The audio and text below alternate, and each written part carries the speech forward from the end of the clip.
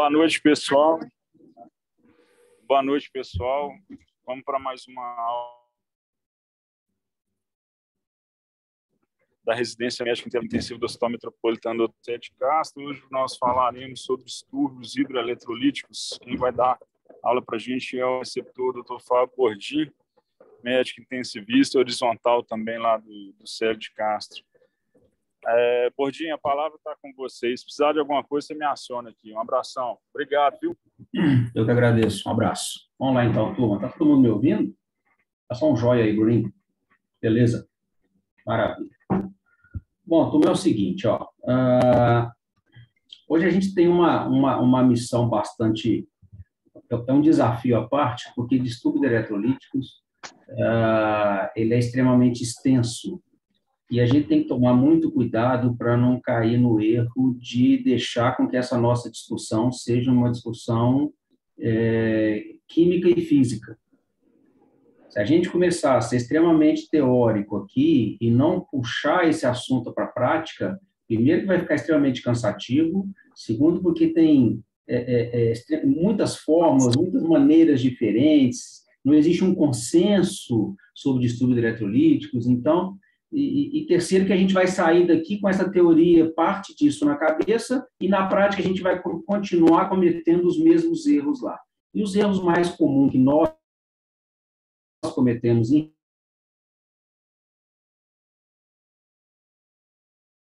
relação ao tema de hoje é exatamente... Travou aí? Estão me ouvindo?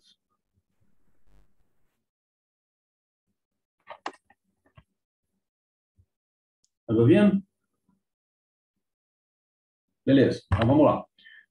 Então, para que a nossa discussão hoje não seja uma discussão muito cansativa, muito maçante, eu propus dividir o nosso tema em dois encontros, duas discussões. O primeiro encontro, nós vamos falar sobre alguns distúrbios hidroeletrolíticos mais importantes no CTI, e no segundo encontro, a gente iria falar a partir de hiponatremia. Então, hoje, nós vamos discutir hipercalemia e hipocalemia, vamos fechar o assunto potássio e vamos começar e fechar o assunto hipernatremia. Com relação a distúrbios de sódio, a hiponatremia, que é uma situação onde você tem muito mais fórmulas, muito mais subdivisões, muito mais ações terapêuticas, a gente vai deixar para um outro momento que ela é mais longa. Então, para não ficar muito maçante, só esses três temas aí primeiros, a gente já vai ter aproximadamente 30 e 40 slides aqui para discutir.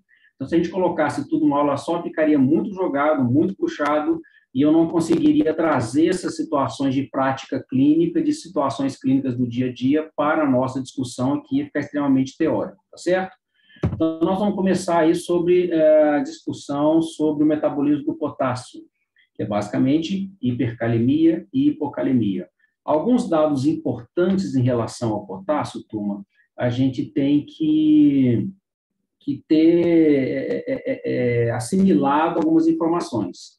Não é só entender. Ou seja, é necessário que a gente saiba que 98% do nosso potássio está no intracelular. Então, é o íon mais importante do meio intracelular.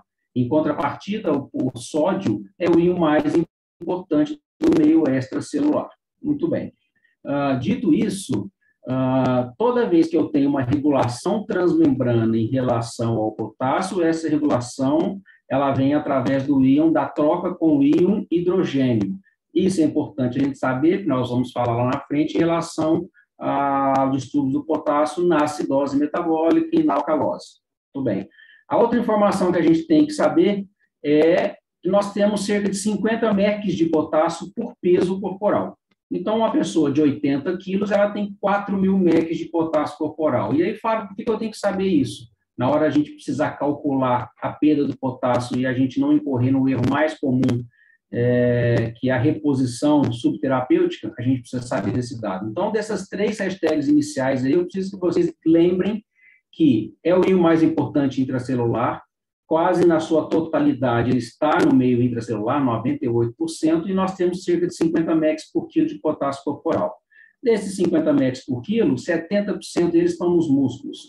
Daí a gente começa, então, a imaginar e a lembrar que lesões musculares difusa e rabdomiólise, politrauma, é uma causa importante de hipercalemia, para a gente não ficar decorando e a gente começar a entender as coisas. Muito bem.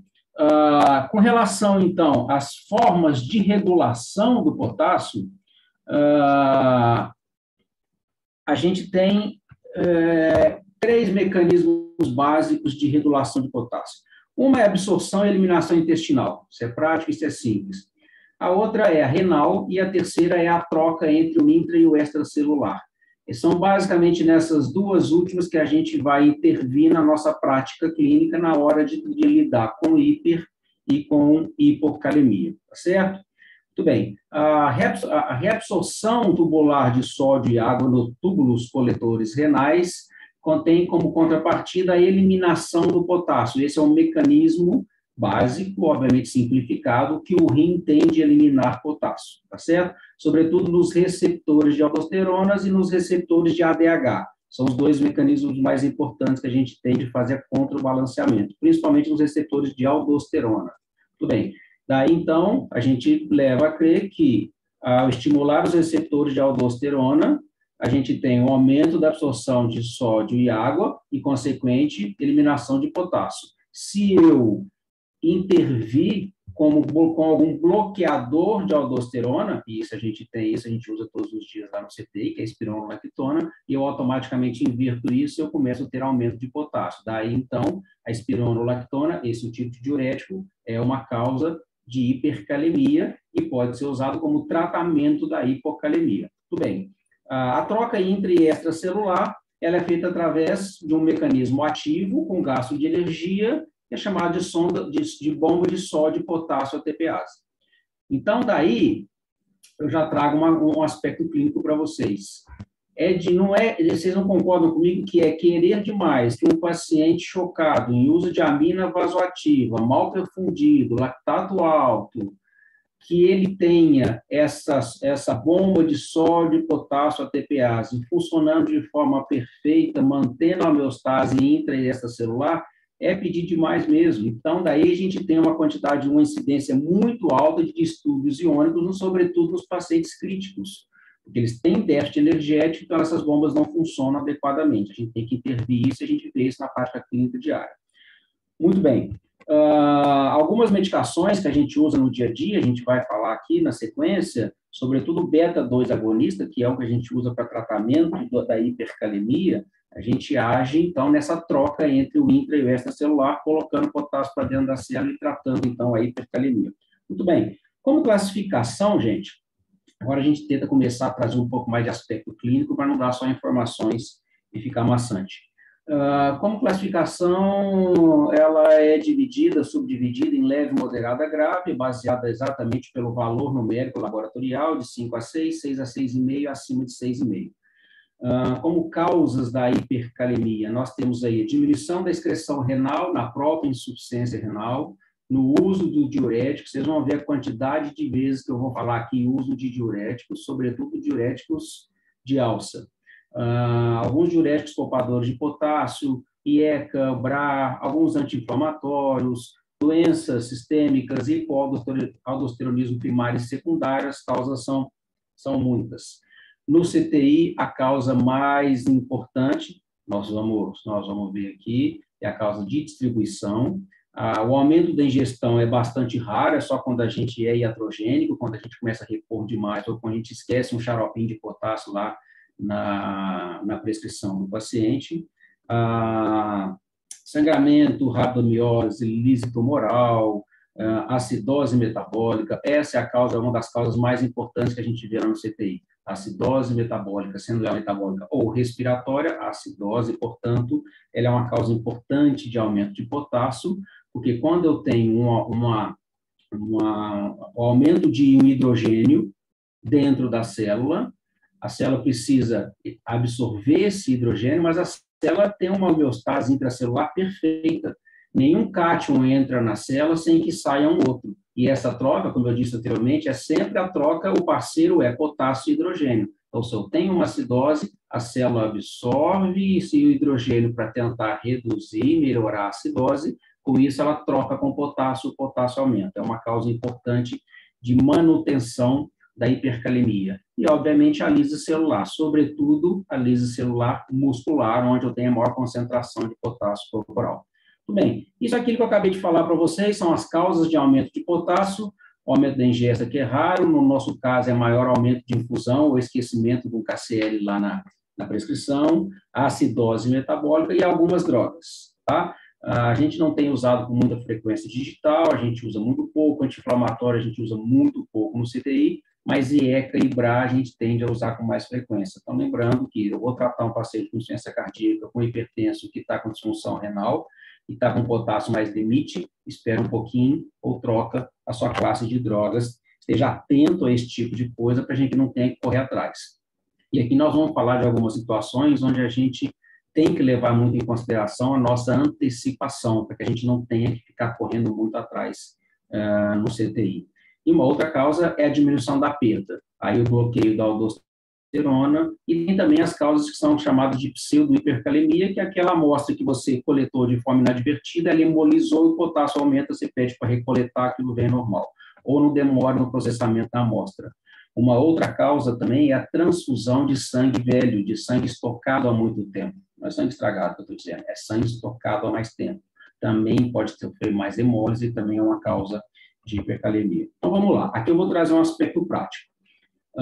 Uma das causas importantes que nós vimos ali, além da acidose metabólica, é o hipoaldosteronismo, onde a gente percebe na nossa prática clínica o hipoaldosteronismo. Aqui na coluna da esquerda tem várias causas aí, o sangue hipoaldosteronismo, mas uma bastante frequente que está circulada aí é a disfunção de suprarrenal. Isso é tão frequente que toda semana a gente vê isso no CTI, de forma mais ou menos evidente. Então, o paciente é o vozinho séptico, vozinho frágil, é esse caso da direita aqui. Esse caso é real, ele atualmente está no nosso CTI, como muitos outros parecidos, mas é o idoso frágil, que internou com a sepse, com a pneumonia aspirativa e acabou se transformando num quadro séptico, evoluiu com a sepse grave, e em seguida evoluiu com choque séptico, iniciou um ciclo de antibiótico, não teve melhora, cursou com choque, demandou amina vasoativa em doses progressivas, teve troca de antibiótico terapia, ficou mal perfundido, lactato aumentou, e esse vozinho começou a ter uma demanda de cortisol muito maior. Por isso que a gente usa o corticoide, que a gente chama de dose de estresse, dose de choque. O paciente em choque tem uma disfunção de suprarrenal por demanda, disfunção secundária, por demanda de cortisol um pouquinho maior, e ele passa, então, a não corresponder a esta demanda e ele faz uma disfunção de suprarrenal relativa. Então, este perfil de paciente começa a ter uma demanda maior, não só de aminas, mas de cortisol. Se eu não respondo a essa demanda, ele começa a se manifestar como um hipoaldosteronismo, é como se fosse. Então, este paciente específico que está lá no nosso CTI, que eu vi ele essa semana, é só para exemplificar aqui para vocês. Quando ele começou a ter uma piora clínica progressiva, com um aumento progressivo de demanda de amina vasoativa, ele já se apresentou já nos primeiros dias do choque com sódio de 135 e um potássio de 4,5. Então, aqui vocês percebem que é um vozinho frágil, que já está fazendo uma tendência de hiponatremia e o potássio mais não chegando ao próximo do limite. No outro dia, esse vozinho estava lá com sódio de 131 e o potássio continua aumentando. No terceiro dia, quando eu passei, o sódio já estava 129 e o potássio 5,7. Eu falei, gente, esse paciente está fazendo uma hiponatremia e uma hipercalemia. Está faltando o quê? Cortisol para fazer com que eu absorva sódio e elimine potássio. Tá? Ele está fazendo uma causa de disfunção de suprarrenal. Vamos ver o cortisol dele, o corticoide. E esse paciente estava com corticoide só no passômetro. Então, o passômetro não estava fazendo disfunção do suprarrenal, mas ele não tinha na prescrição. Então, os plantonistas que estavam passando, ou seja, esqueceram por um momento de conferir a prescrição com aquilo que estava descrito no passômetro, e ele ficou aí sem o corticoide. Então, ele fez uma disfunção de suprarrenal. Nesse dia de 5,7 de potássio, a gente começou a reposição mais agressiva de cortisol para ele. Não é nada de agressão muito agressiva, porque vocês lembram que acima de 100 mg de hidrocortisona, você já tem um efeito mineralocorticoide importante. Você não precisa de muito mais do que isso, a gente habitualmente usa de 200 a 300. E, a partir daí, esse sódio, então, de ontem para hoje, esse sódio deixou de cair, começou a querer subir, mas o potássio não conseguiu cair, porque esse paciente, além de tudo isso, ele fez uma disfunção renal, que é uma causa importante de disfunção de hipercalemia. Ou seja, é um paciente que precisou começar a diálise ontem, de ontem para hoje, ele começou a dialisar. E a partir do momento que ele dialisou, o potássio caiu para 4,5, o sódio foi normalizado. Então assim, isso é muito comum lá no CTI. A gente não pode deixar um distúrbio hidroeletrolítico passar simplesmente com uma reposição simples e pura. Sobretudo quando eu tenho uma divergência entre potássio e sódio. Lembre sempre que, o contrário, sódio alto, potássio persistentemente baixo, eu posso estar abusando do corticóide ou é um hiperaldosteronismo. Mas, o contrário, como neste caso, um sódio baixo, um potássio persistentemente alto, e a nossa discussão é de hipercalemia, lembre que pode estar faltando um corticóide nesse paciente, eu tenho que pesquisar alguma causa.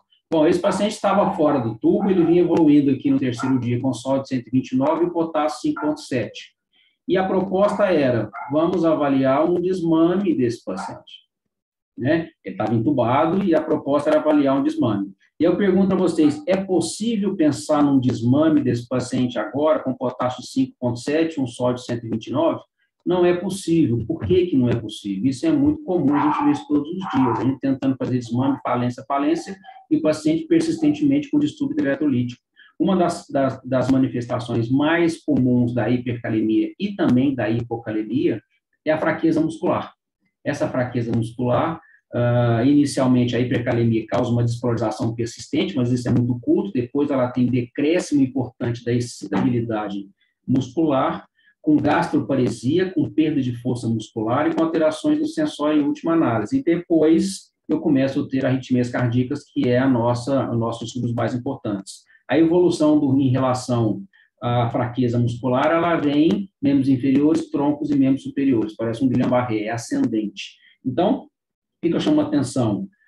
Cuidado na hora de tratar um paciente e traçar um plano terapêutico para ele de desmame, de desconexão da ventilação mecânica, de mobilização, se esse paciente está numa fase em que você ainda está persistindo na terapêutica dos distúrbios hidroeletrolíticos dele. Aguarde isso aí se sustentar numa melhora para depois você exigir um pouco da musculatura dele, tá?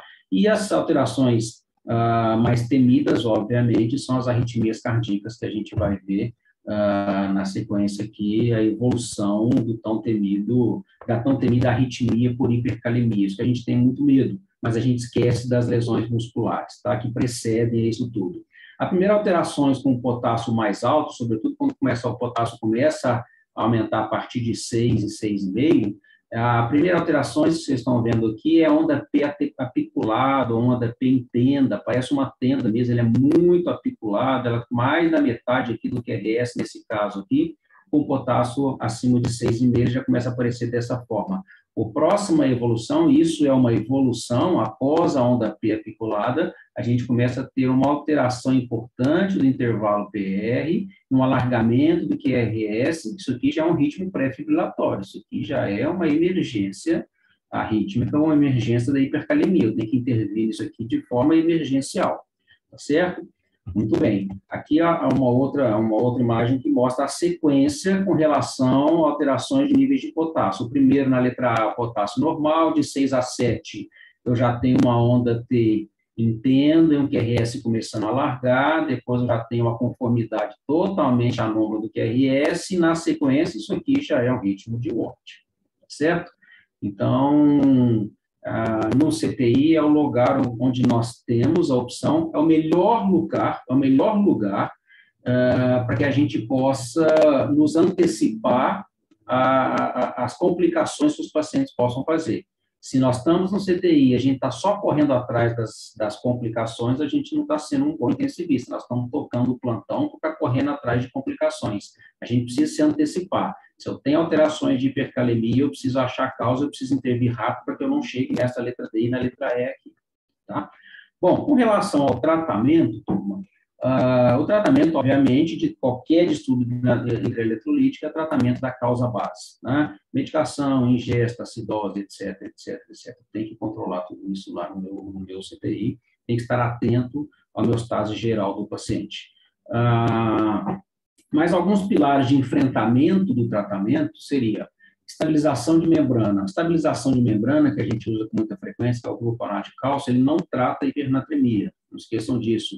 O gluconato de cálcio, ele estabiliza uma membrana, estabiliza a homeostase intracelular e diminui bastante o risco dessa hipercalemia passar a ser tóxica do ponto de vista cardiológico e fazer arritmias graves.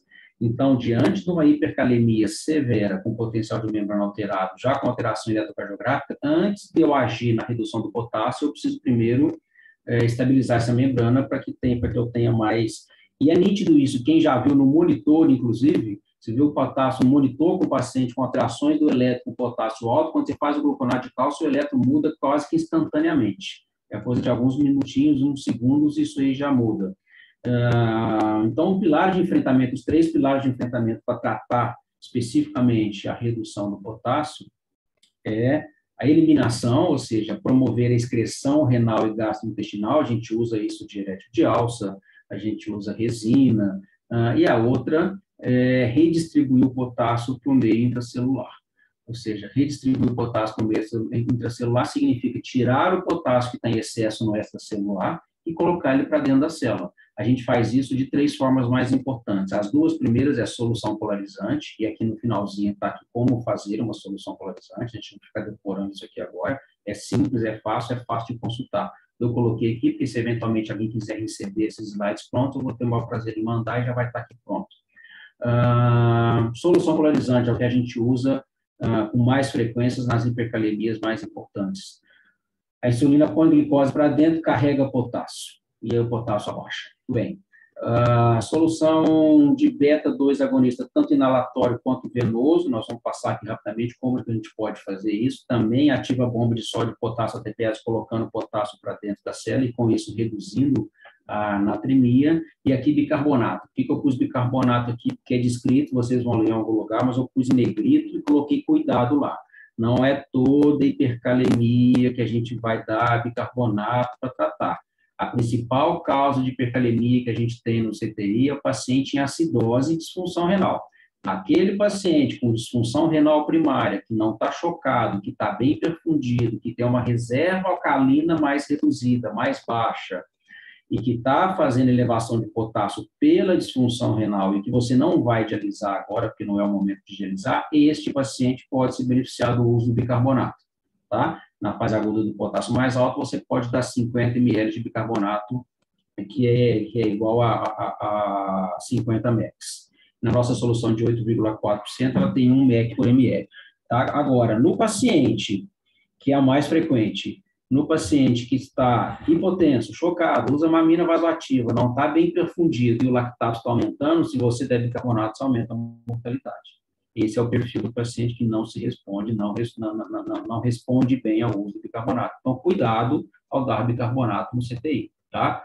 Eu sempre brinco com os meninos nas corridas de leitos que existem 3 drogas importantes no CTI que a gente tem que ter dupla assinatura para poder fazer, ou então uma discussão com alguém para poder fazer. Uma delas é o bicarbonato. A segunda é simples, é anti-inflamatório não hormonal. E a terceira é a albumina. São 3 drogas que dá o que falar dentro da terapia intensiva. Quando a gente vai prescrever bicarbonato, anti-inflamatório não hormonal e albumina, a gente precisa ter uma discussão com alguém ou estar muito certo de que aquele momento é o momento exato que você pode fazer. Então, evitem de dar essas drogas e discutam sempre quando a gente opta por fazer. Muito bem. E, por último, a hemodiálise. Obviamente, é o mais efetivo e a gente lança a mão para tratar uma hipercalemia com diálise pura nos casos mais refratários. A gente não sai dialisando todo mundo, a não ser quando eu tenho uma outra indicação de diálise. Uma acidose metabólica refratária com consequente hipercalemia, a diálise está mais bem indicada, mas hipercalemia pura, eu só vou entrar com a diálise quando ela ficar refratária. Aqui em vermelho embaixo eu coloquei aqui como é que a gente faz a solução polarizante, você pode fazer de qualquer forma, sempre na relação de 5:1, a maneira mais comum de se fazer usando 50 ml de soro glicosado a 50% com 10 unidades de insulina. Qual que é o erro mais comum a partir daí? Ninguém erra, raramente erra essa solução, essa relação de 5:1. O erro vem a partir de agora, as pessoas fazem uma solução polarizante com insulina e glicose e põem para correr lentamente. foi para correr lá 10, 20, 30, 40 ml hora. Isso não abaixa potássio de ninguém. O potássio, um pouquinho que abaixa, é porque morreu de rir da sua infusão. Então, não vai abaixar potássio, não. A solução polarizante é feita para correr em bolos. Ou você faz na seringa, ou você deixa correr livre. Tanto faz. Mas você não pode deixar aquilo em bomba. O que se confunde é que depois de usar uma solução polarizante, é recomendado você fazer uma infusão contínua só de glicose para evitar as hipoglicemias. E nessa infusão contínua de glicose, o pessoal acha que é a infusão contínua da solução polarizante. Não é. O polarizante é sempre feita em bolos, tá bem? Muito bem. Com relação aqui, tempo de ação, diminuição de quanto leva, a ação é quase que imediata, 30 minutos, dura algumas horas somente. Muito bem. A outra maneira da gente agir na hipercalemia é aumentando a perda corporal. E aí a gente pode usar os diuréticos de álcool, se a gente usa isso quando o paciente permite que possamos usar. Então, olha aqui o diurético entrando novamente na jogada. Geralmente, esses pacientes com disfunções de hipercalemia são pacientes que vêm associados com disfunção renal também. Dificilmente a gente tem uma hipercalemia pura dentro do CTI no paciente crítico. Ela geralmente é secundária a uma disfunção renal, uma acidose metabólica, uma má perfusão periférica tecidual. Então, os diuréticos não funcionam bem. Muitas vezes esses pacientes estão chocados, têm uso de amina vasoativa. Então, muito cuidado na hora de usar um diurético no paciente que está inflamado, que está mesmo com potássio mais alto, que está com amina vasoativa, que está com raio-x infiltrado, e a gente está dando diurético com muita frequência, isso em todo lugar. Não estou falando no nosso CTI, não, estou falando em todos os lugares. As pessoas usam muito diurético para tratar aquele paciente que está com o pulmão infiltrado, que vai entrar em desmame. Lembro sempre nas corridas de leito lá, o infiltrado pulmonar, o infiltrado que está fora do vaso, ele está no interstício. O diurético não tira a água de interstício, o diurético tira a água de dentro do vaso. Então, a gente usa muito diurético para tratar o paciente que está infiltrado, esse paciente até cai o potássio, mas ele continua infiltrado e agora ele acaba fazendo distúrbios hidroeletrolíticos que antes ele não tinha. A outro mecanismo de tratamento é a resina de troca a nível intestinal, tem uma ação inicialmente dita com iniciação mais curta, mas o efeito máximo dela é só depois de 24 horas, então há uma troca de cálcio por potássio na luz intestinal, e isso responde bem naqueles pacientes hipercalêmicos com disfunção renal, que não estão na emergência, mas você quer manter esse potássio persistentemente mais baixo. O uso crônico dessas resinas também podem ser usadas. O bicarbonato de sódio, como eu disse para vocês aqui, a dose 50 ml aqui em 5 minutos, mas muito cuidado, não saia usando bicarbonato a qualquer custo no CTI. Todo bicarbonato tem que ser discutido lá no CTI para ver normalmente a mortalidade do paciente com baixa perfusão. E os agonistas beta-adrenérgicos, que é o albuterol, que é o nosso salbutamol, que pode ser feito por inalação e pode ser feito venoso também. Habitualmente, a gente faz 99% das vezes ele inalado. O pico de ação dele inalado é com 90 minutos. Então, lembre-se, se o seu potássio está crítico, sua hipercalemia é crítica, você assume todos esses pilares de tratamento, aumentando a troca de entrada de potássio na célula, eliminando o potássio de qualquer forma, mas lembre que eu tenho que estabilizar a membrana para que ele tolere que todas as medidas suas comecem a fazer efeito. No caso aqui do beta-adrenérgico, do beta-agonista, o efeito inalatório, o efeito máximo em 90 minutos. Então, para resumir, a hipercalemia,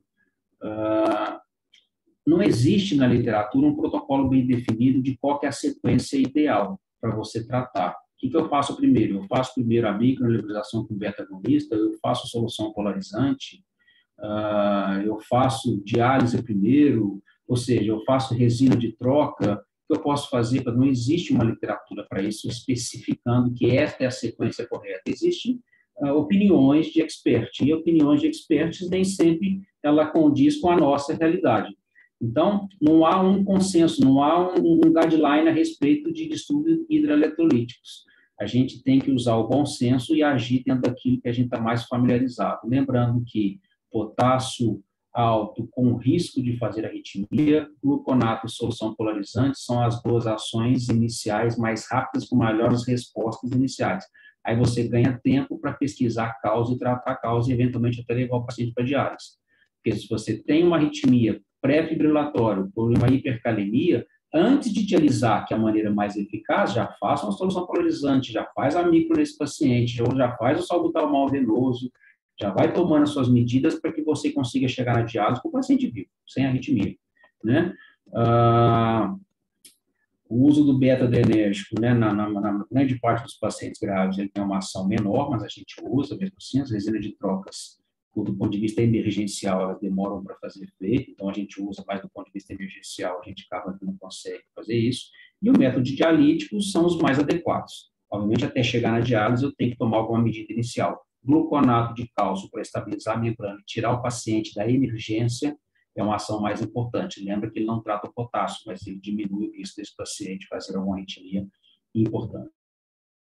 Tá bem? Então, do ponto de vista de hipercalemia, a gente deu uma passada aqui e nas nossas corridas a gente vai continuar nossas discussões tentando trazer essas situações teóricas para as nossas situações práticas. E aqui é um resumo de tudo aquilo que nós discutimos aqui anteriormente. Não vamos ler isso aqui, isso é só um resumo. Se alguém eventualmente quiser, eu forneço esses slides, essa nossa discussão, e depois vocês vão ler isso aqui com calma. Mas tudo que está aqui é o que nós discutimos até agora, como fazer corticoide, como fazer um florinef, como fazer solução polarizante, como usar o beta-adrenérgico, como usar o gluconato de cálcio. Lembra que o gluconato de cálcio é feito também rápido, tá, gente? 2 a 3 minutos. Então, ou seja, 10 ml de gluconato de cálcio para correr, você pode fazer direto na veia, diluir em mais 10 ml de ABD lentamente. Não precisa diluir num soro de 100, correr gota a gota, não. Aquilo é para correr mais rápido mesmo, não tem problema nenhum, tá? A ação é quase que de imediata. Bom, nós vamos passar agora, então, para nossa discussão a respeito da hipocalemia. O inverso. Em relação a sintomas, em relação a análises clínicas e contexto clínico do paciente, a gente tem que pensar como muito parecido. Os mesmos sintomas de hipercalemia são sintomas muito parecidos da hipocalemia. As causas que são diferentes e as intervenções, obviamente, idem. Então, a descrição, um potássio abaixo de 3,5, que é um valor numérico, perdas gastrointestinais são bastante frequentes nos pacientes que chegam para a gente, mas as nossas barrigadas lá no CTI 1 e 4, ou no CTI lá de cima, que o paciente vem com jejunostomia, ou o paciente vem com fístula de alto débito, é muito comum esses pacientes terem muita perda de potássio, entre outras coisas. Pedem bicarbonato também, acabam fazendo acidose e perpetuando a minha hipercalemia. Mas a hipocalemia por perda pura também pode estar associada em vômito, diarreia, tá certo? Perdas urinárias, ó, o nosso diurético entrando novamente aí, a gente usa muito diurético, a gente tem muita frequência dos pacientes em uso de furosemida fazendo hipernatremia e fazendo hipocalemia.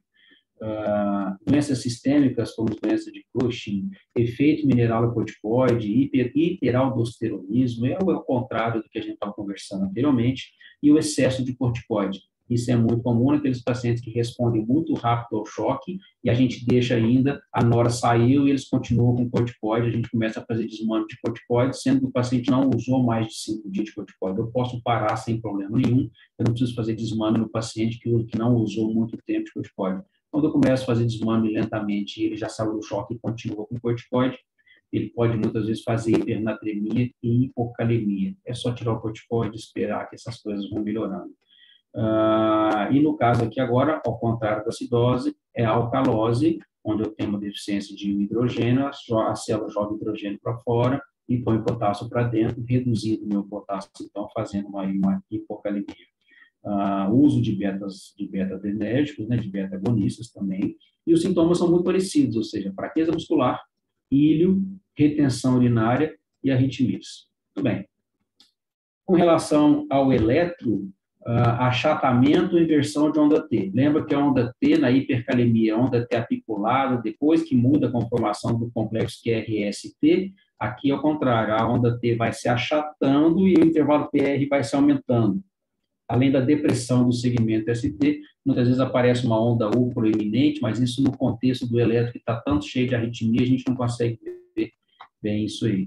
De uma maneira geral, a hipocalemia ela é mais bem tolerada em indivíduos saudáveis, Só que nos pacientes cardiopatas, ela tende a ser mais catastrófica quando essa hipocalemia é de forma um pouco mais acentuada. Muito bem.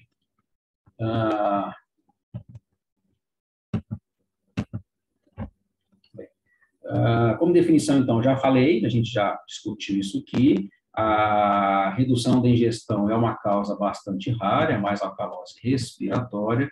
E aqui eu tenho alguns sintomas: sistema neuromuscular, debilidade muscular, paralisia flácida, rabdomiólise, tetania, ilho paralítico. Então, ou seja, quando eu vou fazer o desmame no paciente, ou quando eu vou progredir a dieta no paciente que está lá com hipocalemia, cuidado.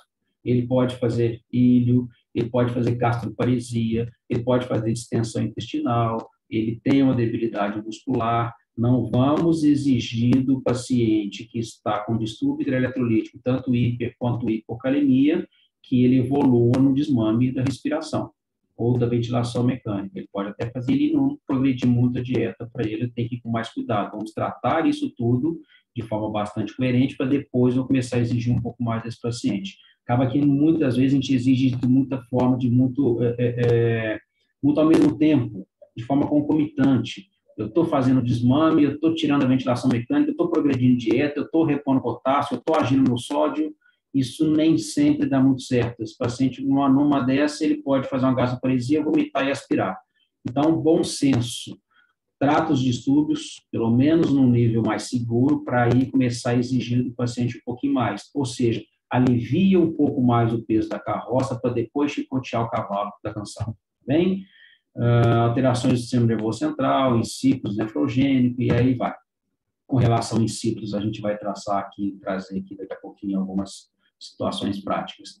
Alterações cardiovasculares, eu já falei, a onda proeminente, a onda T começa a se achatar no potássio no nível de potássio mais importante. Bom, aqui a gente começa a lembrar, a usar, por que eu pedi para vocês guardarem lá atrás, que o nosso potássio corporal tem 50 mEq por quilo de potássio total. Tudo bem.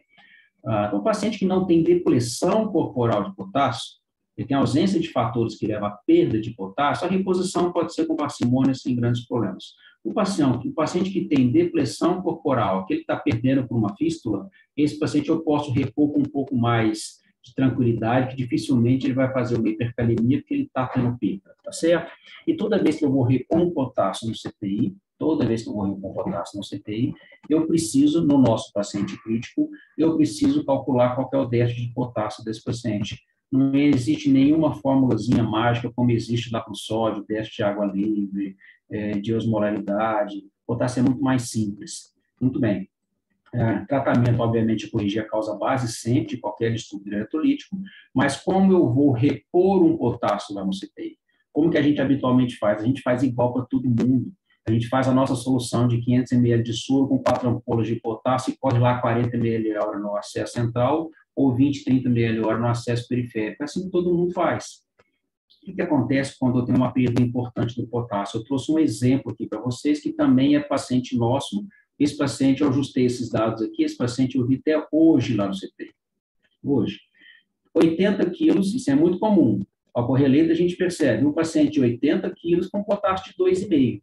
Ou seja, estamos repondo. Este perfil de paciente, a coisa mais comum é você repor uma solução de potássio hoje, amanhã você dosa potássio, ele continua baixo, aí você faz uma nova reposição, dosa no terceiro dia, ele continua baixo, aí você faz uma nova reposição. Se não há uma causa patológica grave que você não está deixando passar, não existe isso, o que está acontecendo é que a sua reposição está subterapêutica demais. Então, vamos lembrar, se um paciente de 80 quilos tem 50 mEq por quilo de potássio, ele tem 4.000 mEq de potássio corporal total. A cada 1 mEq que o paciente perde de potássio na dosagem abaixo de 3,5, equivale a 10% da perda do potássio corporal. Opa! Então, se um paciente tem 80 quilos e o potássio dele está de 2,5, ele perdeu 10% do potássio corporal, porque 2,5 para 3,5 é 1, então equivale a 10%. Esse paciente perdeu, então, 400 mEq de potássio. Esse é o déficit dele. Então, olha só.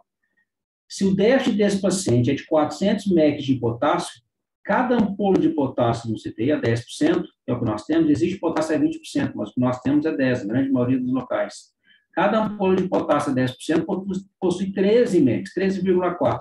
Se este paciente que está com potássio 2,5, de 80 quilos, está com um déficit de 400 mex, o déficit em ampolas são de 30 ampolas de potássio. E como é que a gente faz essa reposição? A gente põe 4 ampolinhas num soro de 500, corre lá 40 ml horas, o paciente fica 12 horas correndo esse potássio. E aí, o que acontece? No final do dia, eu doso um potássio dele de novo, o potássio está normal. Por que está normal? 98% do meu potássio está onde? Que nós falamos na primeira discussão, no primeiro slide, cara, no intracelular.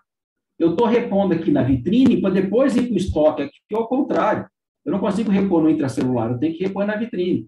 Então, eu estou colocando no plasma a minha reposição de potássio e ele leva algumas horas para entrar para dentro da célula e repor aquilo que é um déficit muito maior do que aquilo que eu estou dando.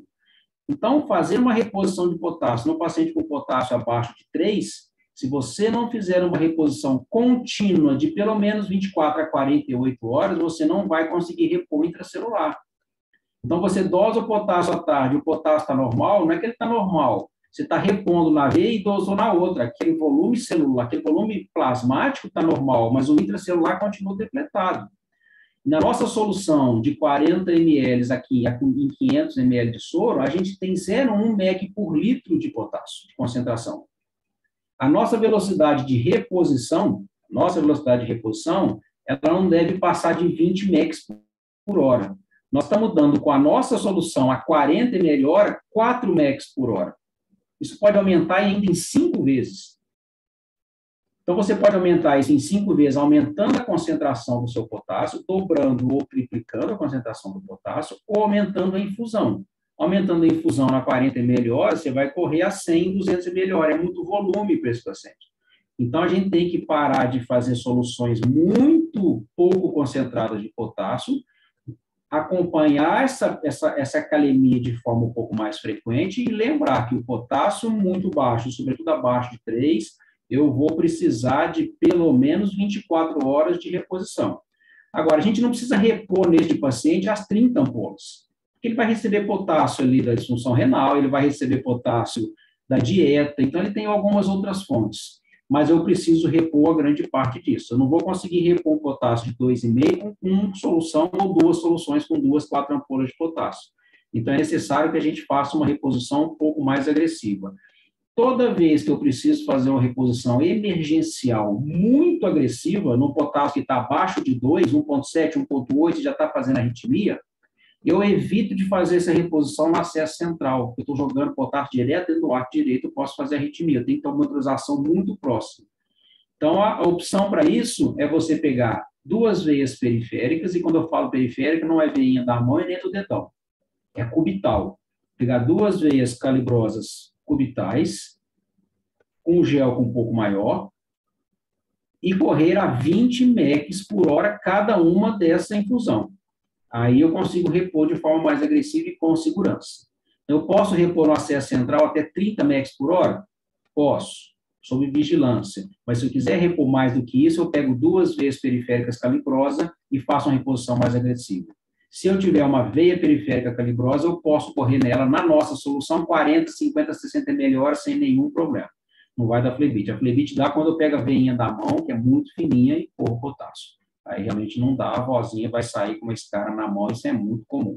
Então, cuidado para a gente não fazer subreposição de potássio de forma subterapêutica, que é o que a gente mais vê no dia a dia. Ao repor potássio abaixo de 3, e aqui nós estamos dedicando um tempo maior para isso, que eu vejo isso todos os dias. Reponha de forma mais contínua. Não pare a sua reposição porque o potássio normalizou. Você pode até reduzir a sua infusão, mas lembra que ele vai entrar para todo dentro da célula e no outro dia vai estar baixo de novo. Certo? A Fábio já descrito que a gente pode fazer um pouquinho de magnésio associado. Toda vez que você faz uma reposição um pouco mais agressiva do potássio, se você colocar um pouco de magnésio nesta solução, você tende a demandar um valor, uma quantidade menor de potássio a ser reposto lá na frente. Tá certo? Bom, com relação à hipocalemia, gente, não tem muito segredo. É isso aqui, é não repor de forma subterapêutica e tratar a causa base. Tá certo? Vamos lá. Lembrar dos distúrbios de cortisol nos pacientes sépticos, que isso é muito comum. Muito bem. Vamos entrar aqui, então, na hipernatremia, que é o nosso último tema, para a gente poder, eventualmente, discutir alguma coisa e não ficar muito longo. Quando a gente fala em distúrbio de sódio, é a mesma coisa que falar de distúrbio de água. Você deve pensar automaticamente no distúrbio de sódio como distúrbio de água. Toda hipercalemia é falta de água, hipernatremia é falta de água. Vamos pensar assim, na verdade, existem algumas filigranas, existem algumas exceções, mas na prática clínica, mais de 99% das nossas hipernatremias são distúrbio de água ou déficit de água. Então, a gente tem que encarar como tal. Diferente do potássio, o sódio é o íon mais prevalente no meio extracelular, é o principal responsável pela osmolaridade plasmática. Com relação à osmolaridade, na hipernatremia, a gente nem tem muito drama para pensar, mas quando a gente for falar de hiponatremia, aí sim, tem muitas subdivisões, muitas classificações diferentes com relação à osmolaridade, a gente vai usar muito esse termo hiposmolar, hiperesmolar e isosmolar, mas não é o assunto de hoje. Graças a Deus, nós vamos falar isso depois, no momento específico dele, quando está muito cansativo.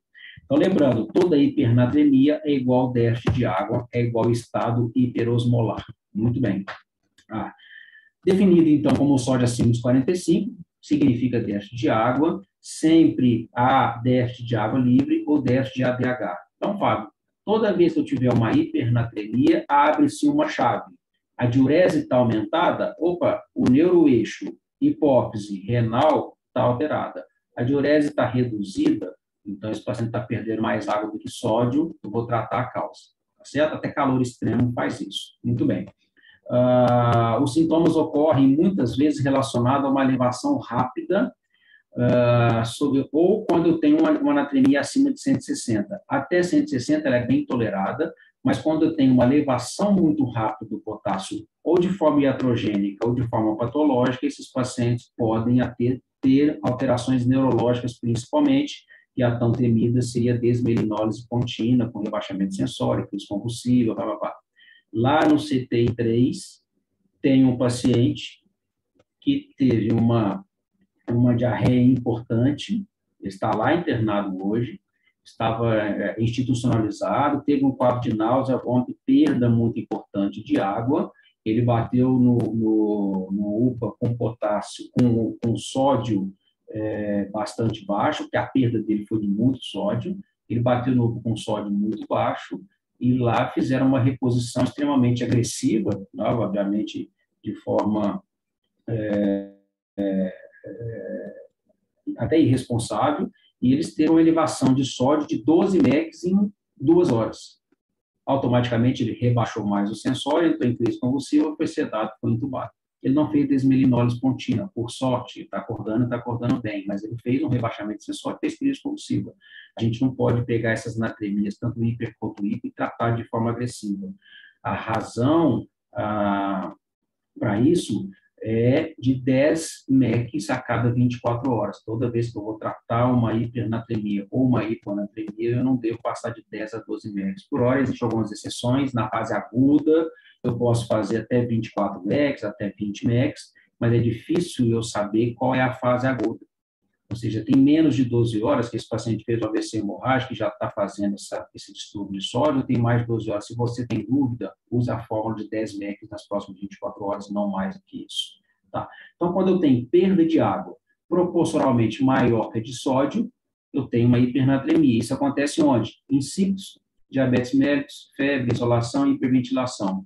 Ou seja, diabetes insípidos, paciente neurológico, nós temos 2 CTIs neurológicos, os pacientes fazem insípidos de origem central de forma bastante frequente, é bastante comum. Insípidos nefrogênicos nos pacientes graves em uso de amina vasativa também é bastante comum, nós vamos falar em seguida. Febre, qual paciente nosso não está tendo febre? A minoria, a grande maioria dos pacientes infectados fazem febre. E a grande maioria desses pacientes estão lá fazendo hiperventilação quando eles estão totalmente sedados. Então, ou seja, a hipernatremia é mácula no CTI, em todos os CTIs de uma forma geral. A gente tem que tomar muito cuidado com a hipernatremia no CTI, sobretudo quando eu esqueço aquele laziquinho lá na prescrição. Cuidado com a furosemida. Olha a danada falando ela de novo aqui. Não tem um distúrbio de eletrolítico, essa danada não está lá por trás, em algum momento. Então, tomamos muito cuidado. Quando eu reponho muito rápido, é o caso do paciente que nós temos lá, E toda vez que eu tenho que tratar uma hipernatremia, turma, eu tenho que dar água livre para esse paciente. Eu não trato hipernatremia eliminando sódio, eu trato hipernatremia dando água, água livre, para que esse sódio seja diluído e a concentração volte à sua concentração normal. Lembrando, a mudança de 10 mEq por litro somente a cada 24 horas. E a forma de eu dar água livre para esse perfil de paciente são 3. Nós vamos falar na sequência. Com relação às manifestações clínicas, são bastante raras no paciente que não está com uma hipernatremia importante, a não ser a sede, a não ser rebaixamento de sensório, náusea, vômito, febre, hiperreflexia, são sintomas bastante raros, a gente não percebe muito bem. A gente só percebe nas hipernatremias mais importantes, e aí o paciente já pode fazer desmelinose, a gente tem que ter muito cuidado. Bom, toda vez que eu tenho, então, uma anatremia maior que 145, eu já falei para vocês, eu tenho que avaliar a minha água. Se a minha diurese no paciente com sódio acima de 145 está a menos de 600 ml, isso não é um número mágico, eu posso falar que de 600 a 1.000 ml, não há problema em 24 horas, ele tem o eixo normal, ele está tendo perda de água, ele está tendo sódio excessivo, ele está brincando com o ventilador mecânico há muito tempo, eu preciso sedar ele um pouco mais. Ou ele está tendo uma diarreia com muita água, enfim. Agora, quando eu tenho um paciente hipernatrêmico com a diurese aumentada, opa, o que eu tenho? Toda a corrida de leito meu, a gente pergunta lá para os meninos, por que esse paciente que está com sódio de 151 urinou 1.500 ml? Aí o pessoal fala, pô, mas 1.500 ml é um volume de diurese normal? É normal para quem não tem distúrbio eletrolítico, é normal para mim, para você, mas se eu estou com sódio a 151, eu vou urinar 500, 400, 300 ml depois de Coca-Cola, se meu rim estiver bom. E se eu não tiver nenhum distúrbio de neuroeixo, de hipófise, se eu não tiver nenhum déficit na produção ou diminuição de ADH. Então, toda vez um paciente hipernatrêmico que está urinando mais, a principal causa é iatrogênica. Vai lá ver se eu não esqueci. A danada pressão de novo. Vai lá ver se eu não esqueci a furosemida dentro da prescrição, porque eu estimulei lá, deixei fixo e passou e ninguém tirou. Agora, se ele está urinando mais e eu não tenho estímulo com furosemida, eu preciso pesquisar uma causa central para isso. A causa central mais importante é o diabetes insípidos. E neste momento, hoje, nós temos 2 pacientes lá, um no CTI 2 e um no CTI 3, fazendo insípidos central, neurogênico, de forma grave, de forma importante. Amanhã, quem são nossos residentes aí, pode ir lá ver o que é um insípidos neurogênico. É o paciente que está com sódio 161, 162 e está urinando 4 litros por dia. Por que isso acontece? Nos pacientes neurológicos, isso é muito comum. Isso é muito comum. É a perda de produção e de liberação de ADH. Então, se eles não liberam o hormônio antidiurético, que é a nossa vasopressina, ou a nossa desmopressina, a gente tem que intervir. Por que eu pego um paciente com insípidos central e dou DDAVP para ele? O que é o DDAVP que vocês veem a gente fazendo com muita frequência? É a desmopressina. A desmopressina é o quê? É um análogo sintético da vasopressina, que é o hormônio antidiurético. Age em alguns túbulos, em algumas partes renais, sobretudo nos túbulos contorcidos tubulares renais, fazendo com que, semelhante à aldosterona, só age em locais diferentes, tá? Mas diminuindo aí a diurese. O ADH age no tubo coletor, especificamente, a desmopressina idem. Então, quando eu tenho um paciente neurológico, neurocrítico, cursando com diurese aumentada e hipernatremia, esse paciente está fazendo um insípido central. Quando eu não tenho paciente neurológico grave, neurocrítico, isso eu estou falando de forma prática, tá, gente? Há filigranas em relação a isso, mas do ponto de vista prático, nós vamos pensar nisso, vamos acertar em 99,99% das vezes. Quando eu não tenho paciente neurocrítico, mas eu tenho um paciente chocado, usou amina vasoativa, a nora começou a reduzir. Quantos pacientes nós não temos lá assim no CTI? Que estava chocado por um choque séptico qualquer, por um pós-operatório, por uma resposta inflamatória, usou amina vasoativa, ficou hipotenso, ficou mal perfundido, lactato subiu, agora ele começa a melhorar o lactato, a perfusão começa a melhorar, a nora vem caindo, ele começa a fazer com a poliúria. Ele começa a urinar mais do que precisa e o sódio está aumentando. Aí, esse caso não é um insípido neurogênico, é um insípido nefrogênico. Por quê? Porque ele faz necrose tubular aguda. Se ele faz necrose tubular aguda, não tem ADH que funciona para fazer ele absorver. Então, neste perfil de paciente com necrose tubular aguda que está recrutando o terceiro espaço, está todo infiltrado, o balanço hídrico acumulado dele está de 12, 15, 20 litros, e ele está infiltrado ainda, esse paciente ele começa a recrutar esse terceiro espaço quando ele vai desinflamando. Aí ele fala que ele faz o que as pessoas chamam de fase poliúrica da recuperação renal. Não é fase poliúrica, ele só está recrutando o terceiro espaço. Ele está urinando muito porque o volume de alisado dele é normal, ele está recrutando, então ele aumenta um pouco o volume de alisado, é normal ou maior, mas ele não consegue concentrar a urina porque os túbulos estão necróticos, estão a necrose tubular aguda pelo choque. Até ele recuperar essa necrose tubular aguda, ele vai continuar urinando, ele vai continuar perdendo muita água, ele vai continuar com sódio alto. Então, neste perfil do paciente, evitem dar para ele solução hipotônica, dar solução glicosada. E, principalmente, da água na sonda, água filtrada. Não é ABD na sonda, é água filtrada. Então, quando a gente passa lá, o paciente está com sódio alto, está urinando mais do que 600, 800 ml, mas não é neurogênico, isso é incítus nefrogênico. Da água na sonda, não esquece da água na sonda, e não é 200 ml de 4 em 4 horas, não. É 200 ml de 2 em 2 horas ou 300 ml de 3 em 3 horas.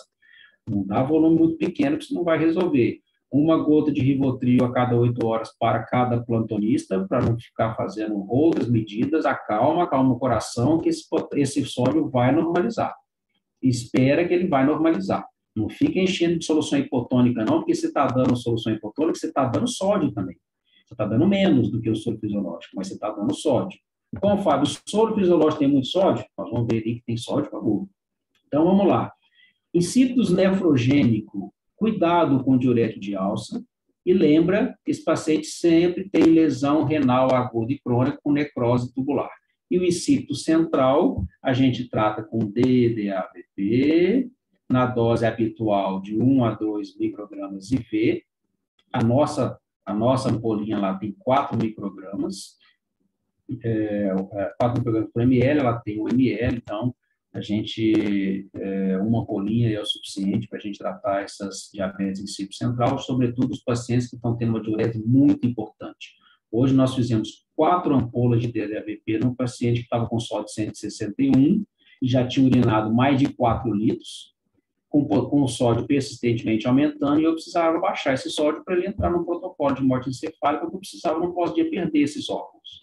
Então, está fechando o protocolo dele. Se eu não der DDAVP, amanhã o sódio está 170, 180, e eu perco não só o paciente que já vai perder, mas eu perco a possibilidade de ter doação desses órgãos, tá certo? Muito bem. Cuidado, mais uma vez, com o diurético, e lembre-se sempre do paciente que está em melhora clínica, está desinflamando, ele vai mobilizar volume, ele vai aumentar a diurese, porque não consegue concentrar diurético. Então, cuidado para não dar solução hipotônica demais e demorar para esse paciente normalizar o sódio. Tá? Água na sonda e solução de soro glicosato. Certo? Muito bem. Quando eu tenho esses distúrbios muito agudos, na hipernatremia, eu até posso fazer uma correção mais rápida, de forma a baixar até 1 mEq por litro por hora na nossa concentração. Isso daria aproximadamente 24 mEqs em 24 horas, mas o problema é achar esse distúrbio agudo aqui, ter certeza de que essa evolução está realmente a menos de 12 horas, é um pouco mais difícil. Isso se confunde com os pacientes críticos. Então, a gente convencionou de sempre usar esta forma, correção lenta de sódio, de forma que ele não só aumente, mas que também reduza no máximo 10 mEqs em 24 horas. Muito bem, então vamos ler. Outra coisa que eu pergunto com muita frequência lá nas nossas corridas de leito. Quanto de sódio tem o soro fisiológico? O pessoal fala assim, não, se ele é fisiológico, ele tem de 135 a 145. Ou qual que é o pH do soro fisiológico? Se ele é fisiológico, ele dá um pH de 7,35 a 7,45. E nada disso. O soro fisiológico, ele é fisiológico, não é porque ele tem um pH plasmático, é porque ele tem a osmolaridade plasmática semelhante à osmolaridade plasmática. A osmolaridade do soro é semelhante à osmolaridade plasmática. Muito pelo contrário, o soro fisiológico, ele tem um pH em torno de 6. Então, o excesso de soro vai causar acidose. E como ele tem 154 mEq de sódio, NaCl, ele tem automaticamente 154 mEq de cloro. Se eu der um excesso de soro fisiológico no meu paciente, ele vai fazer uma acidose, porque eu estou dando um excesso de uma solução de pH 6. E se eu estou dando soro demais, é porque ele não está bem, está precisando de expansão de volume. Se eu encher a caixa d'água do doente com soro fisiológico, ele vai fazer um tipo de acidose, por excesso de soro, chamada acidose hiperclorêmica. Por que hiperclorêmica? Porque eu vou aumentar muito o sódio dele, o cloro dele. Aí por que você não fala do sódio, então? Porque o valor do sódio é muito parecido com o valor do sódio do soro, 154. Nosso valor do sódio normal é até 145, mas o nosso valor de cloro é 103, 105, no máximo 110, depende de alguns kits. E eu estou dando uma solução de 154. Então, é mais visível visualizar isso com alteração do cloro do que no sódio. Então, quando eu quero fazer uma reposição de água no meu paciente, eu tenho que usar não soro fisiológico, porque eu vou estar dando mais sódio do que precisa. Eu vou ter que usar outras soluções que eu tenho disponível. Qual é a solução que eu tenho disponível que é igual à água livre, que não tem sódio nenhum? É o soro glicosado a 5%. Soro glicosado isotônico. O soro glicosado isotônico ele tem a osmolaridade muito parecida com a osmolaridade plasmática, por isso que ele tem 5%. Aí eu posso usar NaCl a 0,45, a solução hipotônica? Posso. Se eu tenho 154 mEq por ml de soro fisiológico, não o soro fisiológico, a solução hipotônica, que é a metade, eu vou ter 77. Então, eu posso fazer correção com ela? Posso, lembrando que eu vou botar um pouquinho mais de sódio. Aí eu quero dar ringer lactato, Fábio, porque o cloro desse paciente já está um pouquinho mais alto, eu já dei muito soro, o sódio já está subindo, eu vou usar agora só ringer lactato. Perfeito, o ringer lactato tem um pouco menos de sódio. Então, essas filigranas a gente tem que ter noção. Lembrando que quando eu dou muito soro glicosado para o paciente, somente 40% desse soro glicosado tende a ficar no extracelular. Grande parte dele vai para o intracelular, fazendo edema com mais frequência. Então, tomem cuidado. A via interal, então, para o tratamento da hipernatremia é a primeira opção. A água filtrada via sonda nasentérica, nos nossos pacientes, é a mais comum. Solução hipotônica, como é que eu faço? 500 de ABD com 25 ml de Na 3%? Pode ser. Ou então 500 ml de soro e 500 ml de ABD. Ou 250 ml de cada um. Eu faço uma solução hipotônica sem grandes problemas. É simples de fazer, não preciso ficar calculando como eu tenho que calcular o sódio a 3%, que é uma outra solução para tratar a hiponatremia. Tá? E aqui a outra solução que já vem pronta, que é o soro glicosado isotônico, que a gente considera ele como água livre direta. 500 ml de soro glicosado isotônico corresponde a 500 ml de água livre.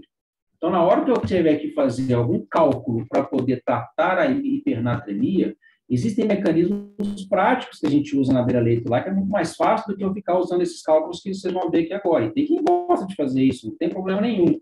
Mas é trabalhoso. Primeiro você tem que ir com a calculadora para o seu plantão. Igual pediatra. Andar com a calculadora no bolso. Mas, ou seja, é possível, isso é descrito? É descrito, funciona? Funciona muito bem. Qual que é o impacto que 1 litro de solução salina no sódio, que eu vou dar para o paciente, vai ocorrer, qual o impacto que isso vai trazer na mudança do sódio sério? Depende do que eu estou dando. Então, se a gente considerar que eu vou dar aqui solução glicosada, colocando nessa fórmula aí, o sódio dela é 0, porque ela é água livre direto. Mas se eu for usar a solução 0,45, eu teria que colocar um número 70 aqui, porque tem 70 mEq de sódio por ml. Então, equivalentes por litro, esse paciente vai ter uma redução de 3,7 mEq a cada litro. Minha conexão ficou ruim aí, vocês estão me ouvindo? Faz um joinha aí. Então, né? Então, 3,7 mEq que ele vai ter de redução a cada litro de solução que eu estou dando para ele. Ou seja, então, eu faço uma regrinha de 3. Se a minha meta é 145 e o paciente tem sódio de 160, eu vou reduzir em 15. Se 1 litro vai reduzir 3,7, para eu reduzir 15, eu vou precisar de quantos litros? 4 litros. Olha a quantidade de cálculo para a gente fazer isso. Na prática do CTI, isso aí, nós temos mais 9 pacientes, pelo menos, para dar conta. Dá para fazer? Dá para fazer, mas existe alguma fórmula mais prática que funciona tão bem quanto? Funciona. É o déficit de água livre. Qual que é a regra prática? Peso vezes 0,6. Ah, Fábio, a minha regra prática aqui é por área corporal total. Na verdade, peso vezes 0,6 é a média de cálculo da área corporal total. 0,4 para mulher, 0,6 para homem, convencionou-se usar 0,6, porque a gente vai usar metade dessa solução. Então, o volume a ser reposto no paciente com hipernatremia é dado por essa fórmula aí. peso vezes 0,6, que multiplica 1 menos 140 vezes o sódio que você dosou. No final das contas, os valores são muito semelhantes em qualquer forma que você fizer. E sempre que for repor, dê preferência para a reposição de água livre, soro glicosado venoso. Isto é feito para a gente fazer reposição venosa. Se você vai fazer reposição oral, você não consegue fazer reposição oral com 5, 6 litros de reposição de água livre, para você não absorve isso tudo. Então, a gente usa isso para a solução venosa. Lembre-se que a gente não calcula perdas insensíveis, e lembra que a reposição enteral é a mais fisiológica, é a preferida. Toda vez que tiver um sódio alto no CTI, o paciente urinando muito e não seja um inciptus neurogênico, pode ser, geralmente, é um paciente que usou amina vasoativa, que é o mais comum, ele está perdendo muita água, eu vou ter que dar água enteral, se ele tiver com a via enteral perde, ou vou ter que dar soro glicosado. Com calma, devagar, que à medida que essa necrose tubular aguda for recuperando, ele vai ficar ganhando a capacidade de concentrar a diurese, e você vai começando a ver a diurese ficando mais concentrada e o sódio persistindo mais normonatrêmico. Cuidado para não inferir demais muita coisa nesses pacientes, que a gente acaba sendo muitas vezes iatrogênico. E outra coisa, para terminar, esse é o nosso último slide, é cuidado com furosemida no CTI. Furosemida não tira líquido do intestício, furosemida tira líquido do vaso. E o paciente com sódio alto, tudo que ele não precisa é de tirar líquido de dentro do vaso. Acalme o coração na hora de fazer desmame no paciente que está com filtrado pulmonar. Você está com filtrado pulmonar é porque ele está inflamado ainda, aguarde um pouquinho, vamos com calma, não estimula muito a diurese, a não ser que você tenha um paciente com sódio um pouco mais baixo, ele está hipervolêmico, você quer estimular, tudo bem, mas se ele está com sódio alto, muito cuidado com o estímulo diurético para intervir nesses distúrbios hidroeletrolíticos.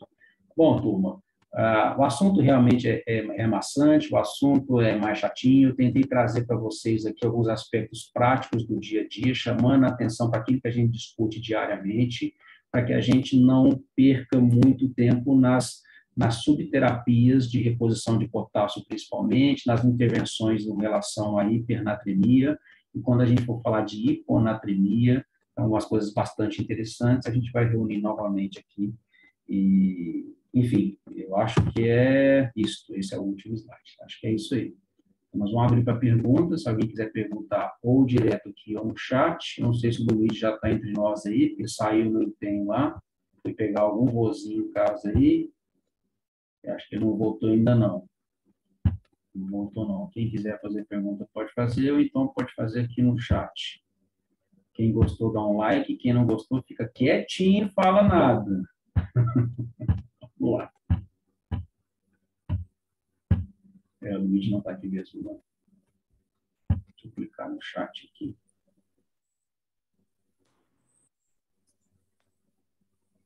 Está escrito aqui a Thaís perguntando. Deixa eu ver. Isso. A Thaís perguntando aqui o seguinte. Nayara agradecendo, o prazer é meu. No cálculo da hipocalemia, me pediu um pouco na velocidade de infusão. A velocidade de infusão depende da sua concentração. Depende da sua concentração. A gente habitualmente não passa de 20 mEq de infusão por hora de potássio. A nossa solução é uma solução de 0,1 mEq por ml. Então, se a gente usa 40 ml por hora, a gente está dando 4 mEq por hora. E a gente não deve passar de 20. Então, olha só, nós estamos habitualmente repondo o potássio de quase todo mundo por 4 mEq por hora. Numa reposição a 40 ml hora na nossa solução. Vamos pensar na nossa solução para não fazer uma bagunça na cabeça de vocês.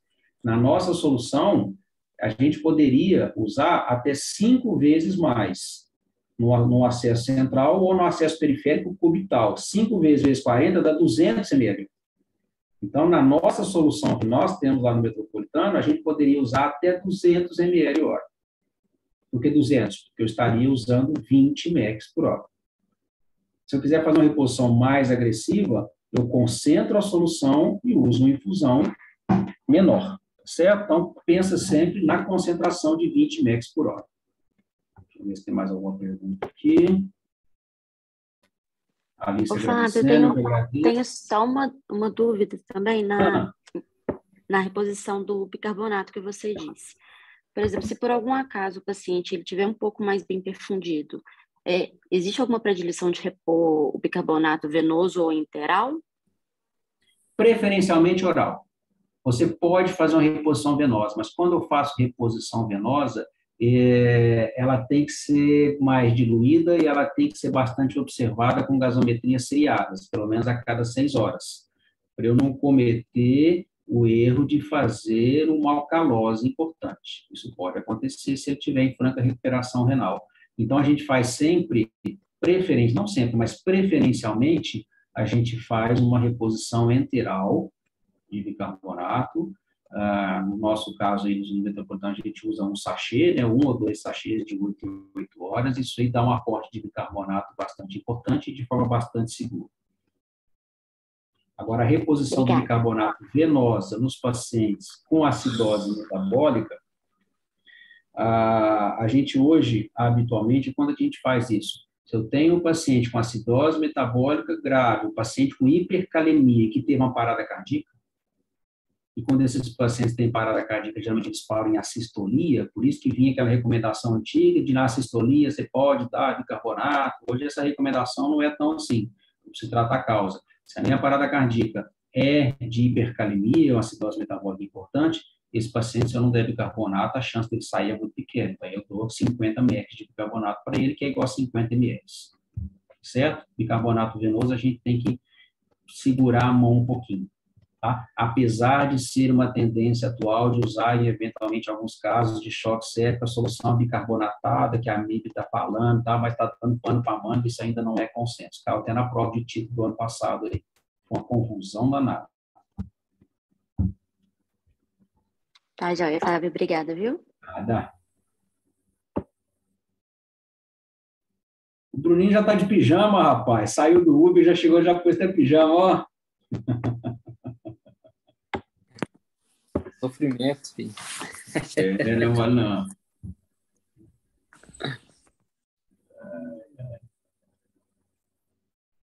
Alguma outra dúvida, turma, para a gente finalizar? Não? Não, né? Então, vamos lá, olha só. Nós vamos encerrar, então, a discussão de hoje. O Luiz não está aí para fazer o encerramento formal que ele sempre faz, ele está empenhado lá na ambulância, em algum resgate lá. Nós vamos terminando por aqui. Agradeço a todos vocês aí, nós tivemos mais de 30 participantes hoje, tem a turma do Vila também que apareceu, os nossos residentes lá, nossos médicos lá do Metropolitano. Distúrbio eletrolítico é um aprendizado constante, a gente tem que discutir isso diariamente, para a gente sistematizar algumas coisas na nossa cabeça, porque à medida que a gente vai estudando os outros distúrbios eletrolíticos, isso vai virar uma salada na nossa cabeça, e a gente tem que sistematizar isso e, sobretudo, não subjugar essas alterações que acontecem todos os dias no nosso paciente, para que a gente tenha a possibilidade de sair na frente e parar de ficar correndo atrás. Corrigir um potássio é muito fácil, corrigir um sódio é muito fácil, independente do distúrbio. A gente decora uma formulazinha, coloca no papel, manda infundir. Agora, tratar a causa disso tudo e, sobretudo, antecipar a isso é que faz a diferença na mortalidade dos pacientes. Então, a gente tem que estar muito atento diariamente a todos os distúrbios eletrolíticos que acontecem para a gente tentar se antecipar. Então, por isso que eu dividi essa nossa discussão em duas. Na próxima, a gente está um pouco mais descansado, a gente volta a conversar sobre o assunto e mistura menos, e nas corridas de letra a gente vai discutindo diariamente. Muito obrigado a todos aí, a gente discute. Beleza. Ô, Fábio. Oi. Valeu demais pela aula. Eu que agradeço. Viu, cara? Eu que agradeço. Então, vamos em paz, né, turminha? Boa noite a todos, fiquem com Deus aí, vamos trabalhar. Valeu, boa noite, cara. Tudo bom. Tchau.